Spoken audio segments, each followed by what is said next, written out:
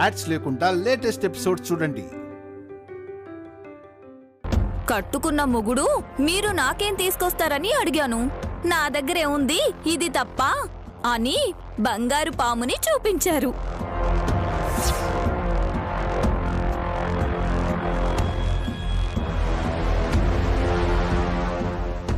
మాత, శివుని మెళ్ళలో పాముండొచ్చు గాని సుహాసిని మెళ్ళలో కాదు. ఏమో ఎద్దులయ్యా, ఆయన ఇచ్చారు, నేను హారంగా రెడీ చేసేశాను. వదినా, చూడ్డానికి చాలా బాగుంది. చూసావు మమ్మీ, అందరూ బాగుందంటున్నారు. రే ఈడియట్, దేన్ని ఎక్కడ పెట్టుకోవాలో కూడా తెలియదు నీకు. హాస్కి తెలుసు కదా వదినా, ముచ్చట పడి రెడీ చేసుకుంది, వేసుకోనీలే. వద్దు,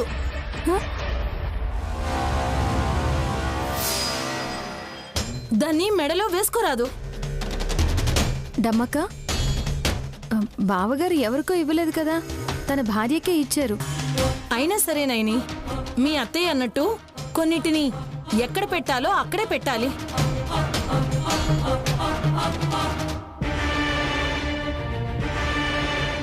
మీరెవరు వద్దడానికి? హాసనక్క, నువ్వు వేసుకోకపోతే నేనైనా వేసుకుంటాను. ఇటివు. నీకెందుకు ఇస్తారు మరదలా, అది మాది. రేపు ఉదయాన్నే మీది మీకు ఇచ్చేస్తాను బావగారు. అదేమైనా తినేదా కాదు కదా? ఆహా, కుదరదు. అత్తయ్య, నేను మళ్ళీ ఇచ్చేస్తాను, నమ్మరా మీరు? అలా అని కాదు సుమనా, విశాల్ తీసుకొచ్చిన నెక్లెస్లు అందరూ వేసుకోండి. బంగారు పాము మెళ్ళో వేసుకున్నా అందంగా ఉండదు కూడా. నా పెళ్ళాం క్రేజీ లేడీ కాబట్టి అది పిచ్చి పిచ్చిగా వేసుకున్నా తనకి బానే ఉంటాయి. నేను కూడా వేసుకుంటాను. పిచ్చిది అంటారు. సుమన, ఎద్దులయ్య వాళ్ళు వద్దంటున్నారు కదా. నా మాట నేనే వినను, వాళ్ళ మాట వింటానా బావగారు?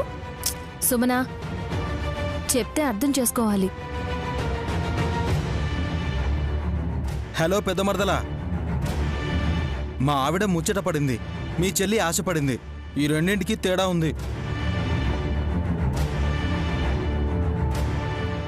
దాన్ని మెళ్ళో వేసుకోవద్దని చెప్పడానికి మీరెవరు? మమ్మీ, ఇదే మాట నువ్వు కూడా చెప్పు. అలా అని కాదు గాని, విశాల్ అందరికీ నెక్లెస్లు తీసుకొచ్చాడు కదా, తన ముందు వల్లభకి చిన్నతనంగా ఉండకూడదు అంటే ఆ బంగారు పాము హారాన్ని హాసిని మెళ్ళో వేసుకొనివ్వు.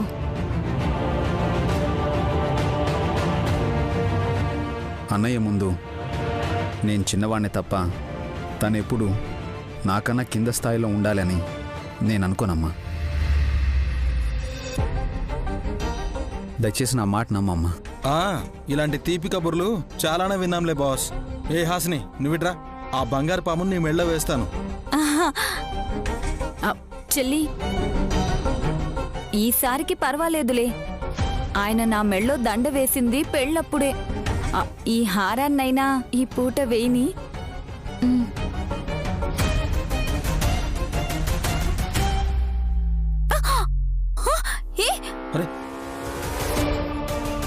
సుమనా, ఏం చేస్తున్నావు?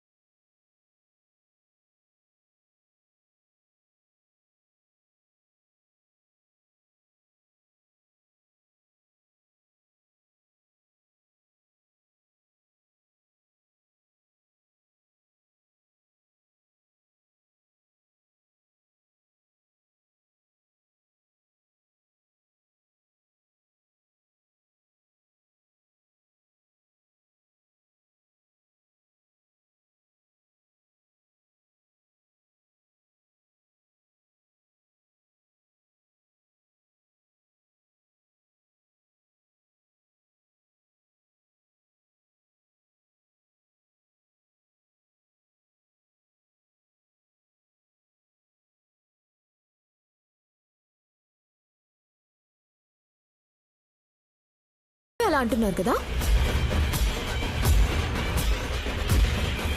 నైని వద్దు. చెల్లి, నైని వదలు. అక్క అక్క ఏం చేస్తున్నావు? వదిలక్క. అక్క అరే నైని వద్దు. ఏయ్ నైని, చెల్లి వద్దు. నైని వద్దు, వదిలే. ఏంటక్క ఇది? నైని వదులు. చెప్పేది నీకే. చెల్లి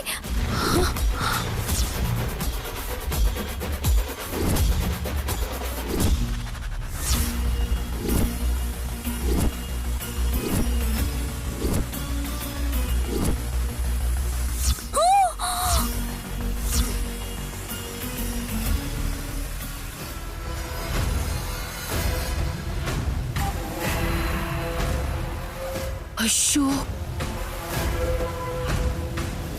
ఏంటక్క ఈ దౌర్జన్యం? నువ్వు చేసావు దౌర్జన్యం. హాసనక్క వేసుకోవాలనుకున్న ఈ బంగారం పావుని అడగకుండా నీ మెళ్ళో వేసుకున్నావు. అందుకే లాగేశాను. లాగితే లాగేశావు నైని, కానీ సుమన మెళ్ళో ఉండే మంగళసూత్రాల గొలుసును కూడా తెంచేశావు. చూసుకోలేదు అత్తయ్య. తేలిక చెప్పేస్తే సరిపోతుందా? నీ తాళి తెంచితే నువ్వు ఊరుకుంటావా? సుమన సుమన ఆగు. సుమన ఆగు. సుమన సుమన వదులు. ఏయ్ సుమి ఆగు. సుమన సుమన ఆగు. చిట్టి. సుమన. ఏయ్, చిట్టి.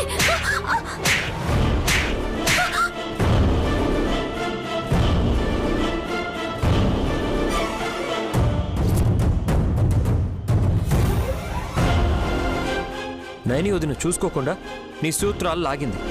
నువ్వు తెలిసి మరి లాగి పారేయాలనుకుంటే చెంప పగిలిపోతుంది. అక్షయ తృతీయ రోజు నేను ఆనందంగా ఉండకూడదని మా అక్క ఇలా చేసింది. నువ్వు ఊరుకోవే సుమి. ఆ బంగారు పాముని నీ మెళ్ళో వేసుకున్నప్పుడు నీ కళ్ళు ఎలా మారిపోయాయో నీకేం తెలుసు? ఎలా అయ్యాయి? పాము కళ్ళలా కనిపించాయమ్మా. పామే. అవును, పామే. సర్పం. నాగసర్పం.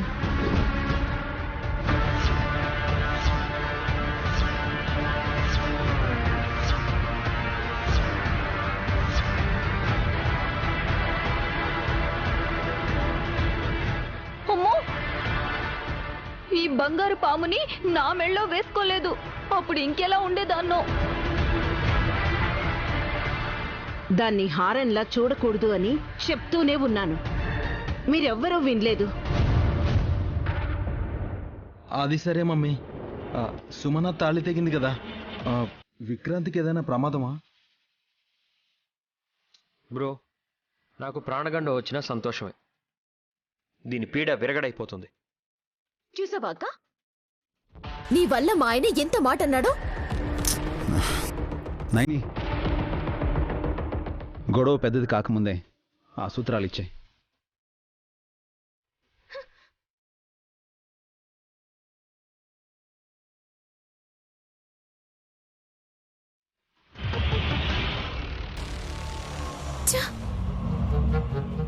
బలంగా ఉందని నా మీద ప్రతాపం చూపించడమేనా? ముందు పుట్టిందని ఊరుకున్నాను కాని లేదంటేనా నా దెబ్బకి మా అక్కే ఏడ్చేది. ఎవరున్నారని మాట్లాడుతున్నావు? నాకు నేను అనుకునే స్వతంత్రం కూడా లేదా ఏంటి? హే, ప్రతిరోజు మొహం మార్చుకుంటూ ఇంకొకరిని తిట్టుకుంటూ ఉండడమేనా నీ పని? ఊరికే ఉండలేవా? మనశ్శాంతి కావాలని ఎప్పుడు అనిపించదా నీకు? ప్రశాంతత ఎప్పుడొస్తుంది? కావలసినంత డబ్బు అనుకున్న వెంటనే చేసేయగల అధికారం ఉన్నప్పుడు. మీరు చెప్పినట్టు ఉండొచ్చు, మా అక్క అలాగే ఉంటుందిగా. కానీ నేనంటే కుళ్ళు. చూసారుగా నా తాళి ఎలా తెంచిందో. తన చేతికి నీ తాళ్ళొచ్చినట్టు వదినికే తెలీదు. మీరు వెనకేసుకురాకండి. ఆవిడ మొగుడిని బతికించుకుంది కదా, ఇప్పుడు నా మొగుడికి ఏదైనా అయితే చూద్దామనుకుందేమో, అందుకే ఇలా చేసింది. ఏంటే సుమ్మి, ఇంకా తెగిన తాడునే చూసుకుంటూ ఉన్నావా? ఇదేం పనికి రాకుండా పోదు. ఇత్తడి కాదు పిన్ని, బంగారం. గొలుసు తెగడం గురించి కాదత్తయ్య, ఏదైనా తెగేదాకా లాగడం తనకు అలవాటే కదా. విక్రాంత్, తెంచుకోడాలు జరిగినా వెంటనే పంచుకోడాలు మొదలుపెట్టింది చెల్లి. చిట్టి, ఇదిగో కొత్త గొలుసు. ఆ తెగిన గొలుసు పక్కన పెట్టేసే. ఇదెవరిచ్చారు? మీ అక్కేనే. పొరపాటు జరిగిందని వెంటనే ఇంకో గొలుసు తీసి హాస్కిచ్చింది. మంగళసూత్రాలు గొలుసుకి నేరుగా వేసుకోకూడదు. పసుపు నీళ్లల్లో అద్ది తాళిబొట్టుని చేర్చాక మెళ్ళో వేసుకోవాలి. మా అక్కిచ్చేది నేను తీసుకోవాలా? హే, ఇందాక విశాల్ బ్రో నెక్లెస్ ఇస్తే థ్యాంక్స్ చెప్పి మరి తీసుకున్నావుగా. మా అక్క అయితే ఇవ్వలేదు కదా. అబ్బా, అక్క చెల్లెళ్ళంటే ఎంత అన్యోన్యంగా ఉండాలి సుమ్మి. నువ్వేమో పరాయిదాన్లా దూరం పెడతావు. పిన్ని, ఇప్పుడు ఆ మాటలన్నీ ఎందుకు? తాళి గొలుసులోకి ఎక్కించు, తీసుకో.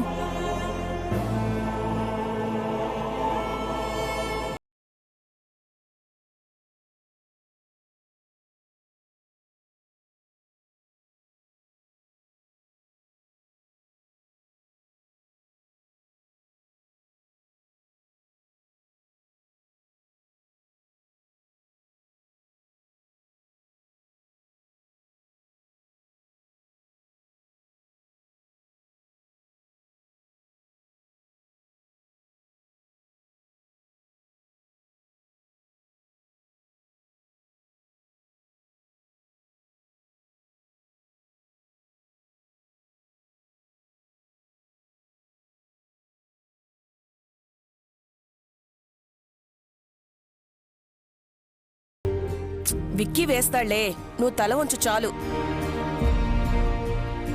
కొంచెం సిగ్గుపడమని కూడా చెప్పండి అత్తయ్య. ఇంకా నయమల్లుడు పీట తెచ్చి దానిమీద కూర్చుంటే గాని తాళి మెళ్ళో వేయననలేదు. మళ్ళీ శోభనం గది ఏర్పాటు చెయ్యాలా? వదినా. ఏయ్, ఊరుకోవే, నువ్వొక దానివి. బుగ్గవాచి సుమ్మి ఏడుస్తుంటే నోట్లో కిళ్ళి పెట్టుకుంటావా అని అడిగినట్టుంది. అల్లుడు రెడీ. ఈ సూత్రాలు మీ ఆవిడ మెళ్ళ వెయ్యి. ఇటు తిరుగు.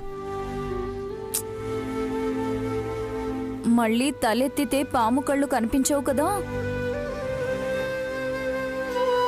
ఆ ఊసత్తకే హాస్. భయానికి 2 నిమిషాలు మళ్ళీ మనిషిని కాలేకపోయాను. మీ కంటికి నేనెందుకు అలా కనిపించాను? నిజంగానేనా? అబద్ధమైతే ఒక్కరే చెప్తారు, అందరూ చెప్పరు.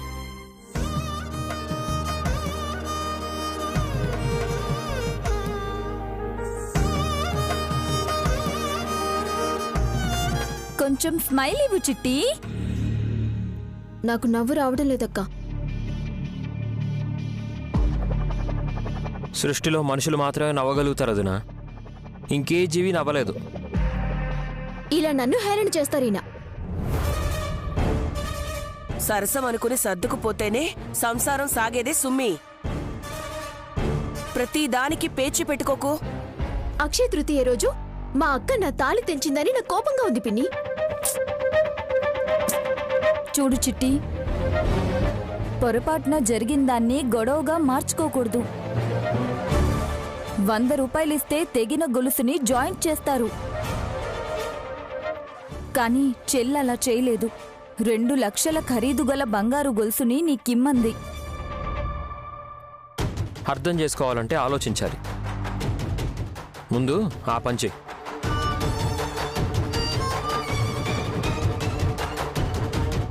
నేను ఆలోచించేది వేరు. బంగారు పాముని నా మెళ్ళో వేసుకోగానే నేనెందుకలా అయ్యాను? అప్పుడు శంఖం, ఇప్పుడు ఈ హారం.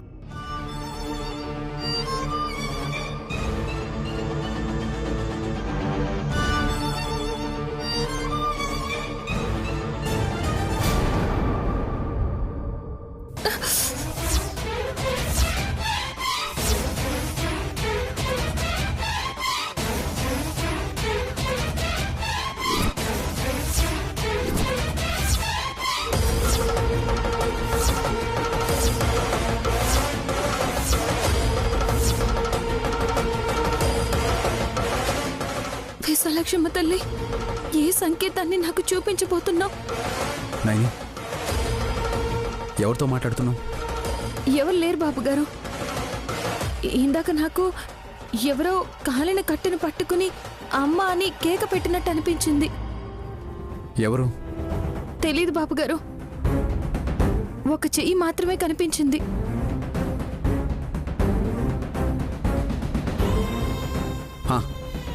గుర్తొచ్చింది నైని. మా అమ్మ తన ఎడమ చేత్తో కాలుతున్న కట్టెని పట్టుకున్నాను అని నాతో చెప్పినట్టు గుర్తు. గాయత్రమ్మ గారా? అవును. అమ్మగారు చెయ్యి ఎందుకు కాల్చుకున్నారు? తెలీదు. అమ్మ తప్పు చేయదు, అలాంటి శిక్ష తను వేసుకోదు. మరెందుకు అలా చేయాల్సి వచ్చిందో నేను అడిగానో లేదో నాకు సరిగ్గా గుర్తులేదు నైని. చెయ్యి కాల్చుకున్నాను అని అమ్మ చెప్పడం అయితే చెప్పింది.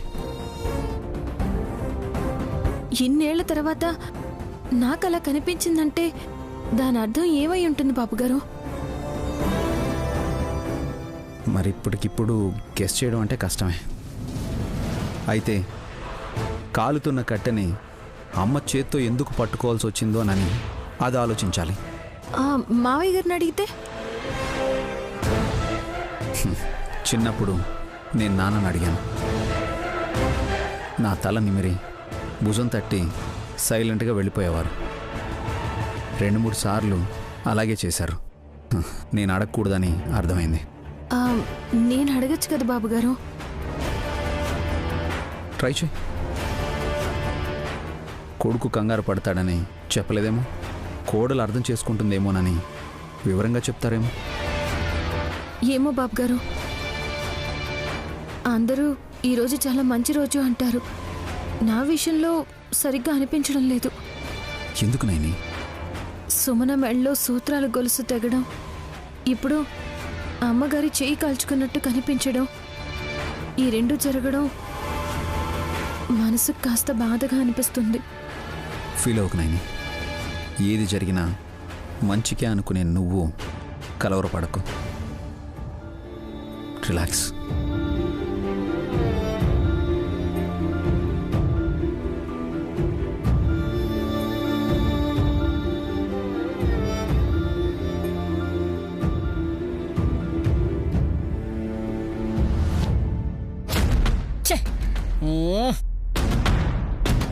బావగారు వచ్చారు. నైనమ్మా, హాస్నమ్మా, బావగారు వచ్చారు. రండి. చుట్టాలు వచ్చినట్టు కేకేశారేంటి బాబాయ్? వచ్చింది మావయ్య గారే కదా. ఆఫీస్ నుంచి వస్తే అరచవండి కదమ్మా. లక్ష్మీపురం వెళ్ళొచ్చారని ఏదో సంథింగ్ పిసన్ ఉంటుందని పిలిచాను అంతే. ముక్కంటిపురం కూడా వెళ్ళారా మావయ్య గారు? లేదమ్మా, వెళదామనే అనుకున్నాను.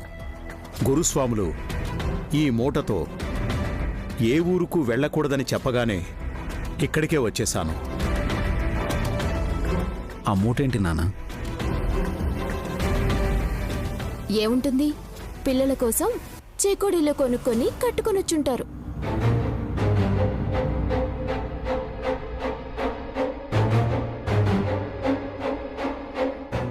తినడానికి బాగుండొచ్చేమో కానీ నువ్వు చెప్పింది వినడానికి బాగోచ్చు సుమనా. మరింకేమై ఉంటుందో మీరే చూడండి.